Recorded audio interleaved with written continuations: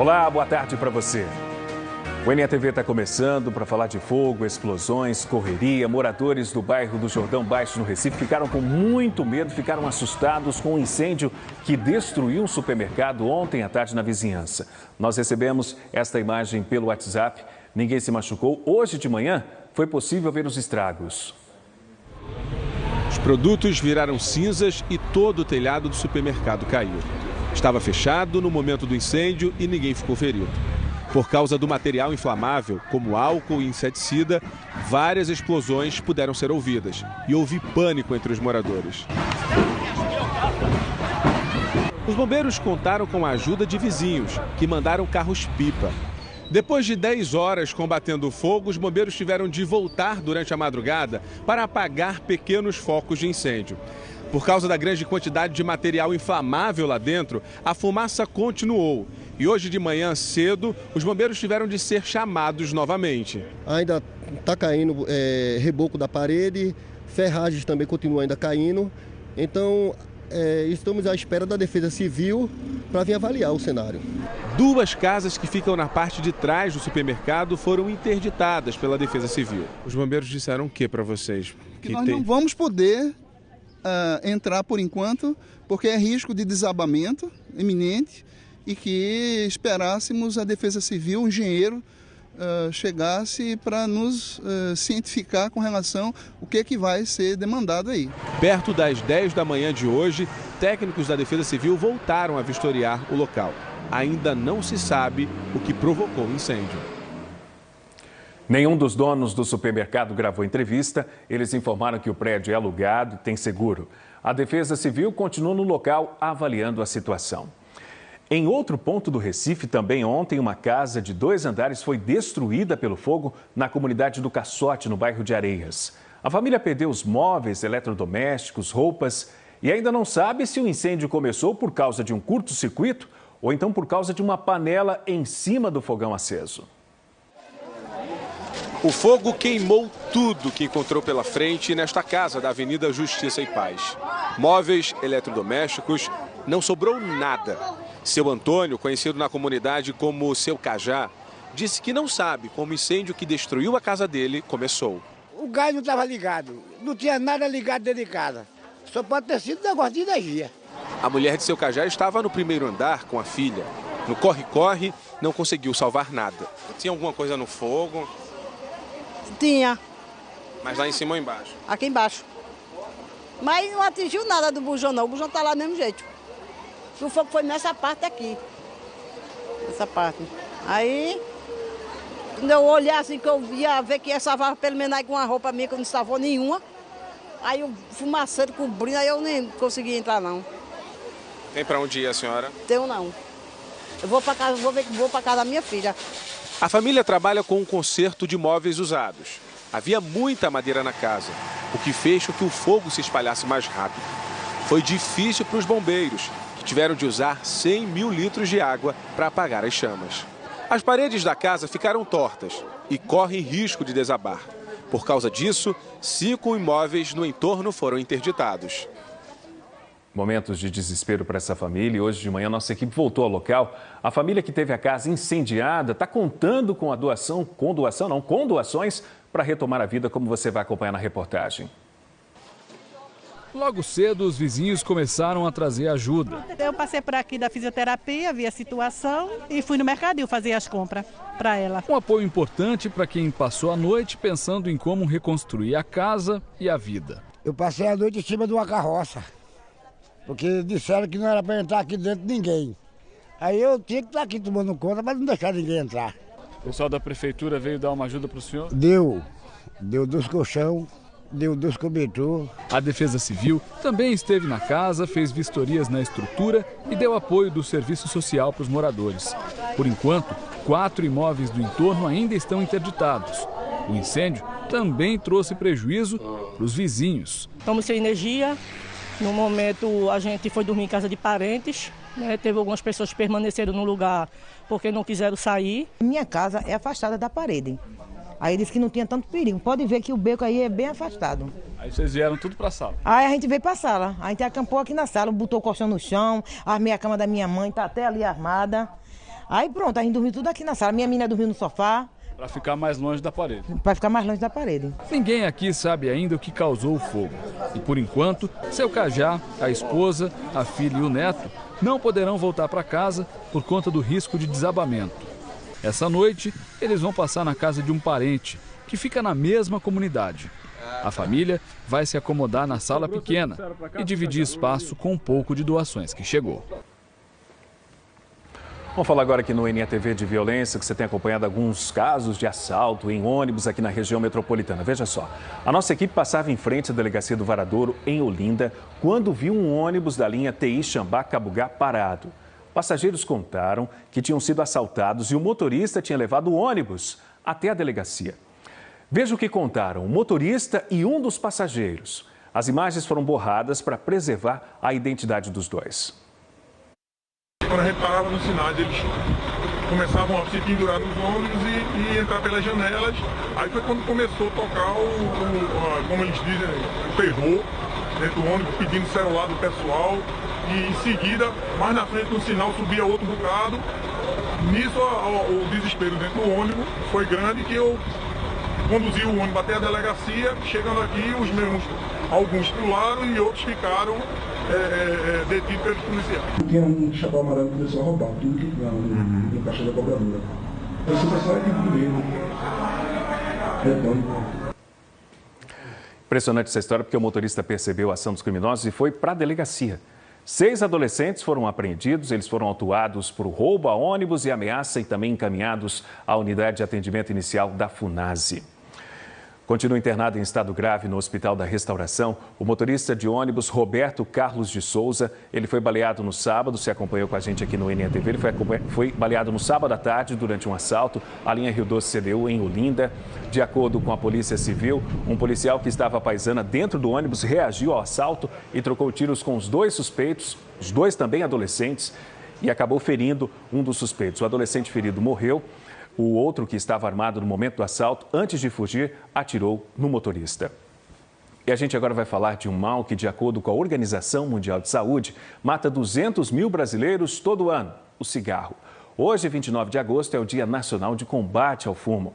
Vamos conversar com o repórter Ronan Tadim. Ele vai trazer algumas informações importantíssimas para quem quer se livrar desse vício. Ronan, boa tarde para você. Qual que é a primeira orientação para quem quer se livrar do vício e está agora acompanhando o NETV? Boa tarde, Márcio, para você e para todo mundo que está ligado com a gente aqui. O primeiro passo é força de vontade. Quer ver um exemplo só? Aqui do meu lado está a Fátima. Fátima, você fumou por quanto tempo? Eu fumei na minha vida por 15 anos. 15 anos e aí resolveu parar. Como é que foi? Parou do nada? Parar porque realmente, assim, eu tinha uma respiração forçada, né? Me sentia mal, não sentia um bem-estar. E após o fato de eu ter deixado, realmente eu me sinto uma pessoa totalmente renovada, respiro um oxigênio maravilhoso e tem outro ritmo de vida, né?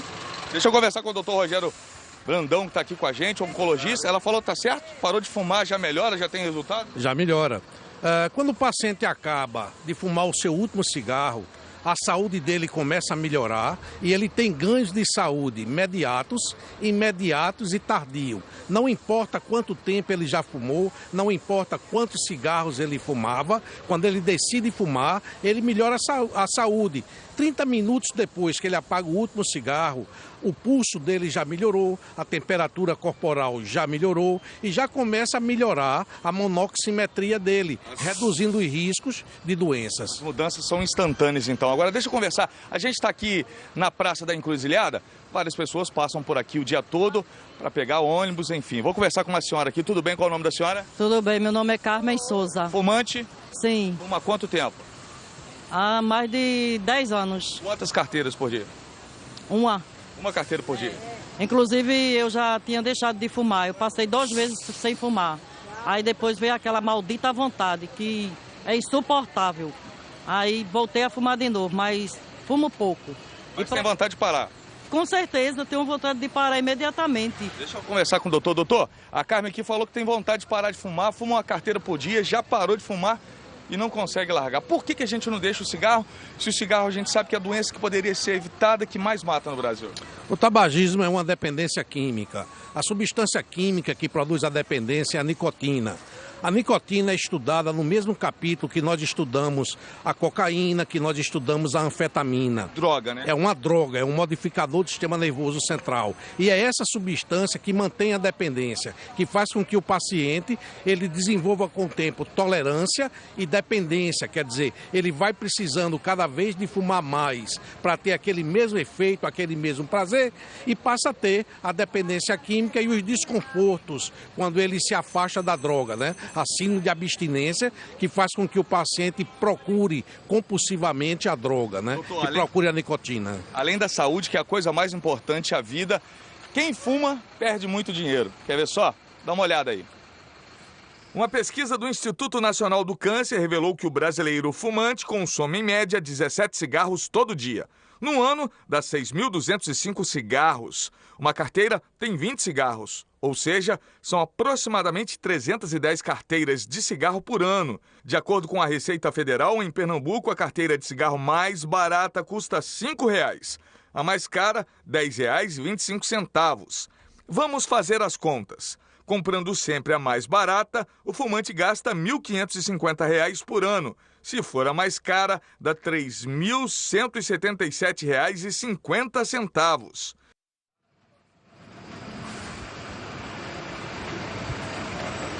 Haja dinheiro, hein? Nessa época de crise ainda, então, 3 mil e pouco. Para quem fuma, durante o ano dá para fazer muita coisa, né? Exatamente. Além de fazer mal ao bolso, faz mal à saúde. O fumo, ele é responsável por 30% da mortalidade em câncer, é responsável por 80% da mortalidade por doenças pulmonares obstrutiva crônica, é responsável por 25% dos infartos do miocárdio, 25% a 30% dos acidentes vasculares cerebrais. A lista de doenças é muito grande, indo de impotência sexual ao câncer. Quer dizer, fumar é nonsense, é contrassenso. Ronan. Muita coisa, viu? Dá até para espantar. Márcio, Ronan, eu quero fazer uma pergunta. Com a gente? Pode falar. Eu quero fazer uma pergunta para o doutor Rogério, que ele falasse a respeito, ele falou a respeito das doenças, que a lista é enorme, mas que a gente chamasse também atenção para as mulheres, para as grávidas, que durante o período, né, antes da gestação, se isso pode comprometer a gravidez de uma mulher que de repente está planejando ser mãe e acaba tendo o cigarro, o vício do cigarro. As grávidas, doutor, que fumam. É muito importante que toda mulher que fuma, assim que ela saiba que está grávida, ela deixe de fumar. O tabaco ele vai aumentar a mortalidade perinatal, ele é responsável por aumento de mortalidade por baixo peso fetal. Quer dizer, a grávida que fuma está fazendo mal para si e está fazendo mal ao seu concepto. E além disso, as crianças... Engravidar, doutor, quem quer engravidar? Também. E, além disso, a criança que mora em casa, cujos pais são tabagistas, ela adoece mais, particularmente das vias respiratórias, do que aquela criança que vive com não fumantes. Márcio, quer fazer outra pergunta, Márcio? Não, acho que ele respondeu muito bem. Exatamente, terrível, ele respondeu muito bem essa pergunta, porque fica o alerta aí, né? Porque a gente, de toda forma. Então, o ideal, ele estava falando da criança, mas não é só a criança, né? Um adulto também que convive num ambiente com ar-condicionado ou no carro também. Um adulto fumante ao lado prejudica a saúde de quem realmente até não fuma, ou não. É verdade, Márcio, você tem toda a razão. Daqui a pouquinho a gente vai voltar a falar mais desse assunto, para ver se ajuda quem está nesse vício, nessa dependência, que pare de perder tempo com o cigarro, que melhore a saúde, que não gaste dinheiro. Daqui a pouco a gente fala mais. Até já, Ronan. E agora a gente faz um rápido intervalo aqui no NETV. A seguir tem a agenda dos candidatos à Prefeitura do Recife para hoje. Continue com a gente. Até já.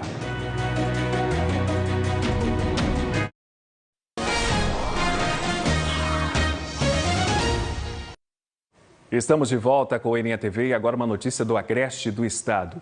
Em Garanhuns, o motorista perdeu o controle da direção de um carro e invadiu uma igreja evangélica da Assembleia de Deus. Nesse acidente, a porta de vidro foi arrancada e os 21 bancos de madeira foram destruídos. Os moradores disseram que o veículo só parou bem perto do púlpito. Foi durante a madrugada, por isso não tinha ninguém na igreja. O motorista do carro foi levado para a delegacia de Garanhuns. De acordo com o delegado Flávio Pessoa, o rapaz foi liberado depois de pagar fiança. O carro já foi retirado da igreja. O Brasil tem 5.570 municípios. Menos de 2.000 têm cinemas e teatros. Os prefeitos atuais e os novos podem melhorar esse número de um modo bem eficiente e barato. Veja como na reportagem de hoje da série Por uma Cidade Mais Inteligente.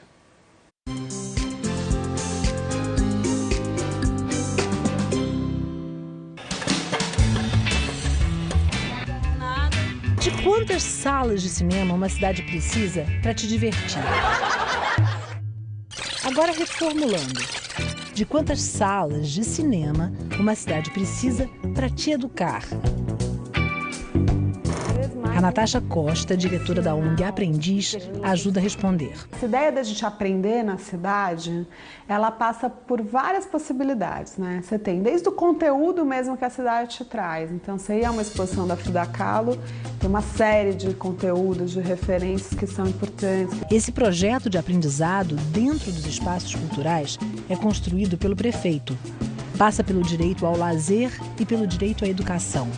Inclui museus abertos e acessíveis, bibliotecas com acervos atualizados, exibições de filmes, mostras, organização de palestras e festivais. Essa conta só faz uma cidade ser educadora se a gestão pública multiplicar os meios de transporte para todo mundo chegar ao cinema.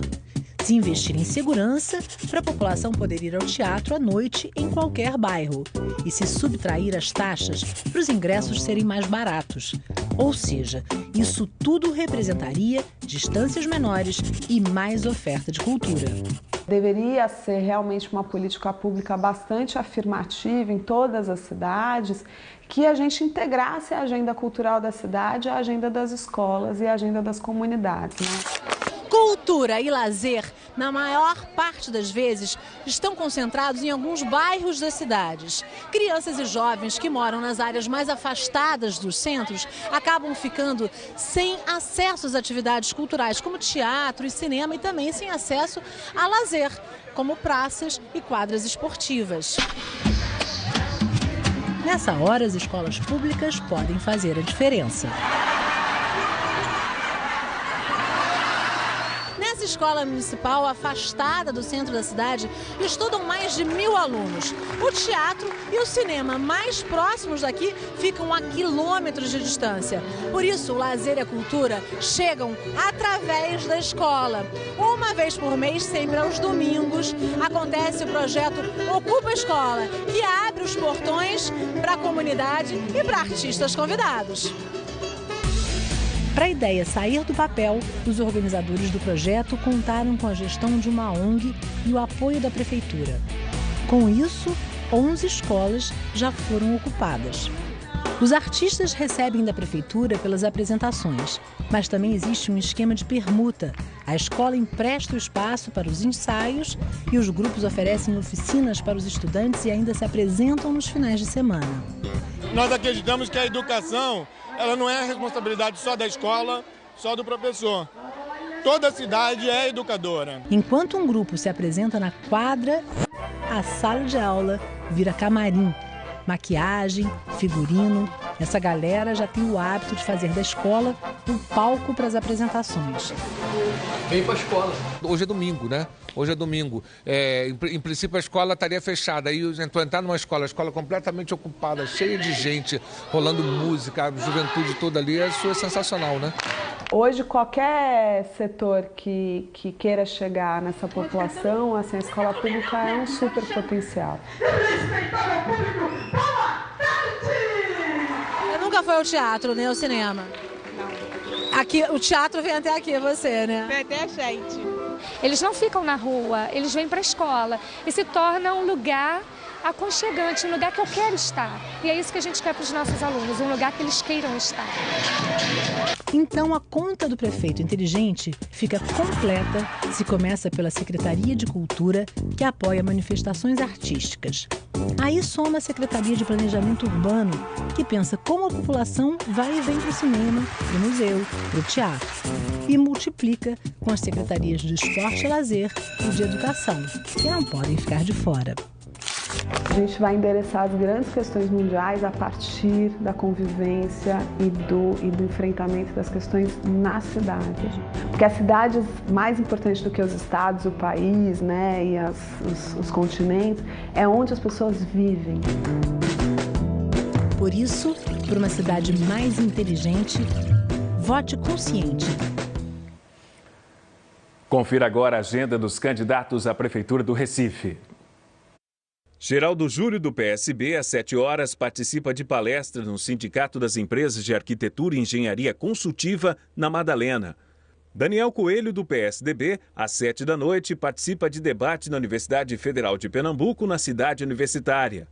Priscila Krause, candidata do Democratas, às 3 horas da tarde, faz visita ao comércio no bairro do Cordeiro. Edilson Silva, do PSOL, às 7 da noite, participa de debate na Universidade Federal de Pernambuco, na cidade universitária. Carlos Augusto, do PV, também às 7 da noite, participa de debate na Universidade Federal de Pernambuco, na cidade universitária. João Paulo, candidato do PT, às 2 horas da tarde, faz caminhada pelas ruas do bairro de Jardim São Paulo. A seguir, 12 homens invadiram uma agência bancária no Agreste. Continue com a gente, voltamos em instantes.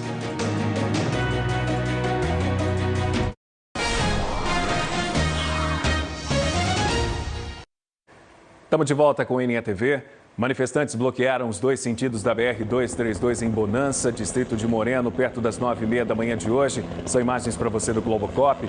Os manifestantes queimaram pneus e galhos para impedir a passagem dos carros. O protesto foi organizado pelo MST, que é o Movimento dos Trabalhadores Rurais Sem Terra. 2 congestionamentos gigantes se formaram nos 2 sentidos.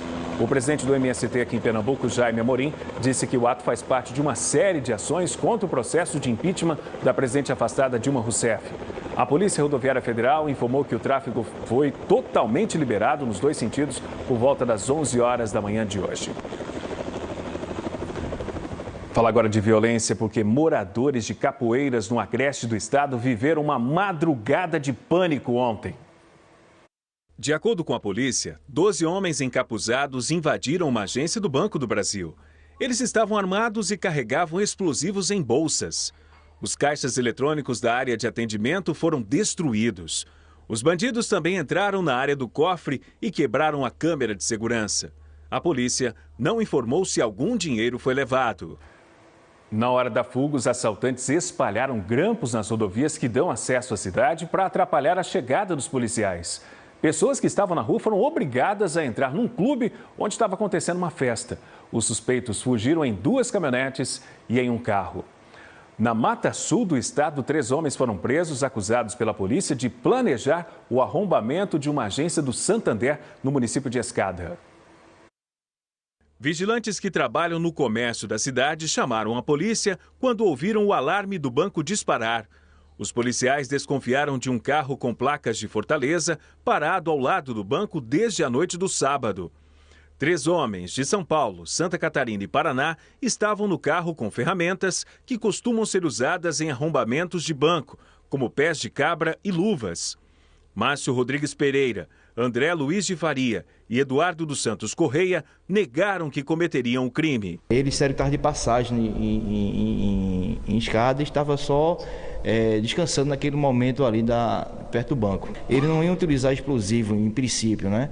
Não foi encontrar explosivo, eles queriam fazer um arrombamento manual dos caixas eletrônicos. O grupo seria formado por 5 homens. Vizinhos disseram à polícia que viram 2 pulando o muro da agência e fugindo a pé. Nada foi levado do banco. Os 3 homens estão presos lá na cadeia pública de Escada. Vamos agora fazer um giro no trânsito pela capital pernambucana. A gente tem imagens para você. Essa aqui é a Avenida Conde da Boa Vista, com a Rua Dom Bosco. Você percebe aí que o movimento está bem tranquilo para quem vai para o centro da cidade ou então seguindo sentido Agamenon Magalhães. Na tarde desta segunda-feira, tudo muito tranquilo aí pela Avenida Conde da Boa Vista. A gente tem agora os detalhes para você da previsão do tempo. A segunda-feira segue parcialmente nublada e com possibilidade de chuva rápida na região metropolitana. No Recife, máxima de 29 graus.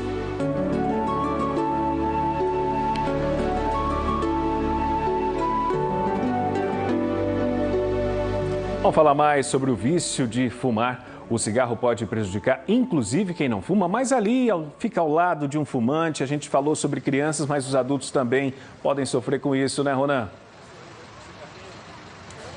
É verdade, Márcio, é verdade, porque pode fumar passivamente, isso é terrível também. A gente está conversando com as pessoas aqui, acabou de passar um fumante, nem quis parar ao vivo, porque, inclusive, quem fuma às vezes tem vergonha de que os outros saibam, de fumar perto dos outros. Não é fácil, não. A Carmen, que conversou com a gente, aquela outra hora, ela me falou a marca do cigarro que ela fuma e a quantidade que ela fuma. Eu fiz as contas. Sabe quanto você gasta por ano? Não. R$ 2.750. Meu Deus, isso tudinho. Tudinho.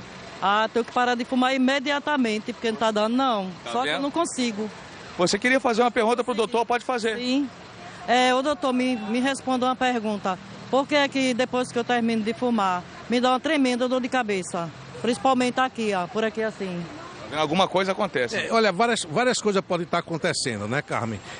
O cigarro é um dos fatores de riscos para doenças arteriais, né, levando ao fechamento do vaso, a vasoconstricção e, consequentemente, comprometendo a irrigação do sangue na cabeça e pode estar também causando aumento na sua pressão. Olha, tu queres um conselho? Deixa de fumar. Tu vais economizar R$ 2.750 por ano e tua saúde vai melhorar muito. Você vai sentir outra, inclusive ficar mais bonita e mais jovem. Agora eu quero saber o seguinte, porque falar pare de fumar é muito fácil, doutor. A gente tem um exemplo aqui da Fátima também que está com a gente, que conseguiu fumar depois de parar de fumar de 14 anos. O primeiro passo é a força de vontade. E como é que faz para parar de fumar? A gente precisa saber disso agora, porque tem muita gente assistindo a gente que quer parar de fumar hoje. Olha, é preciso ver caso a caso. O principal fator é a motivação de cada um deixar de fumar. Quanto maior for a motivação dele e quanto menor for o grau de dependência, que pode ser avaliado através de testes específicos, mais fácil vai ser ele deixar de fumar. Mas tem que passar pelo querer, pelo desejo dele, pela vontade. Mas nem todo fumante consegue parar assim, eu quero parar e parou, não, né? Não, porque ele tem a dependência química também. Aqueles pacientes que são altamente dependentes, ele pode se submeter, inclusive, à farmacoterapia. Existem drogas que nós utilizamos. Existe o tratamento do tabagismo, é um tratamento multidisciplinar. Existem grupos de tratamento envolvendo o clínico, envolvendo o pneumologista, envolvendo psicólogos, para fazer uma avaliação ampla dele. Bom, quanto maior a dependência, ele pode receber tratamento medicamentoso através de drogas como antidepressivo e mesmo reposição de nicotina. E o psicólogo também pode tratar os condicionamentos que ele tem através de terapia cognitivo-comportamental, ensinando a ele a tratar os condicionamentos e técnicas para reduzir aquela vontade compulsiva de voltar a fumar, com coisas simples como, por exemplo, beber água quando vem aquele forte desejo. A gente recomenda tomar um copo d'água e ele mudar de atividade. Essa fissura dura só alguns minutos, 2, 3 minutos. Venceu a fissura, vai passar aquele desejo compulsivo. É um cigarro a menos, né? E é um cigarro a menos e ele não incorre no erro de voltar a fumar. Fazer o inho, dar só um traguinho, fumar só um cigarrinho. Se ele fizer isso, ele vai recair, ele vai voltar a consumir cigarros. A Fátima está aqui, substituiu o cigarro pela água. Você ainda tem vontade de fumar, Fátima? Não, de forma alguma. O cigarro realmente está fora de cogitação e o que eu aconselho a todos os fumantes é na vontade, na fissura que dá de fumar, né, na compulsividade. Toma um copo d'água, ingira água, bastante água, porque água é saúde. Vai gastar menos com água, hein, Carmen? Poxa, gostei. Vai pensar seriamente, vai parar de fumar? Já estou pensando agora, nesse exato momento. Muito obrigada pelas perguntas. Doutor, deixa eu saber mais uma coisa do senhor aqui. Existem níveis seguros para o consumo do cigarro? Por exemplo, a pessoa fuma só fim de semana. Isso já está valendo? E eu gostaria que o senhor falasse também, por exemplo, se a pessoa fuma 20 cigarros por dia, ela começar para 18, 19, 17, é uma forma de se livrar do cigarro? Olha, não existe nenhum nível seguro para consumo de cigarros. Ninguém caia nessa onda de cigarros de baixos teores ou cigarros com outro gosto, cigarros achocolatados, cigarros mentolados. O problema do cigarro são aquele resíduo sólido que vai produzir doença. E todo cigarro tem a nicotina que vai produzir o hábito. Doutor, muito obrigado pelas suas informações. E Márcio, pessoal aí de casa, vamos fazer o teste? Vamos tentar parar de fumar hoje? Sem dúvida, garantir mais qualidade de vida, mais saúde. E olha, começou uma campanha para incentivar que jovens doem sangue. As informações com o repórter Pedro Lins. Olá, Pedro. Oi, Márcio, boa tarde para você, boa tarde a todos. A campanha começou hoje aqui na Escola Estadual Dom Bosco, no bairro de Casa Amarela, no Recife, mas a ideia do EMOP e do Ministério Público de Pernambuco, que estão promovendo a campanha, é de estendê-la para outras cidades do interior de Pernambuco. Vou conversar agora com Ieda Maia, que é presidente do EMOP. Por que fazer essa campanha para atingir esse público a partir dos 16 anos? Boa tarde. Boa tarde. Na verdade, as doações são permitidas a partir de 16 anos e o EMOP constata que ele tem um número muito baixo de doadores entre 16 e 18 anos. É um número menor que 1%. Então, o grande objetivo é aumentar esse número, mas mais do que isso, construir um número de doadores para futuramente ocupar o número de doadores acima de 18 anos que a gente tem. Quais são os pré-requisitos para que esses meninos, a partir dos 16 anos, eles possam doar? Gozar de boa saúde, ter mais de 50 quilos, comparecer nas unidades do EMOP com um documento com foto e com o seu responsável legal, pai ou mãe ou responsável legal. Muito obrigado pelas informações. A gente lembra que o EMOP fica na rua Joaquim Nabuco, por trás do Hospital da Restauração, na área central do Recife. Márcio. Um ônibus da Defensoria Pública vai percorrer várias cidades, levando orientação para quem tem alguma causa da Justiça e está com dificuldade para pagar um advogado. A primeira parada foi na Praça do Arsenal, no bairro do Recife. 110 pessoas agendaram o atendimento para este primeiro dia de serviço. Problema atrasado de IPTU, problema muito atrasado de muitos anos, de 15 anos atrás.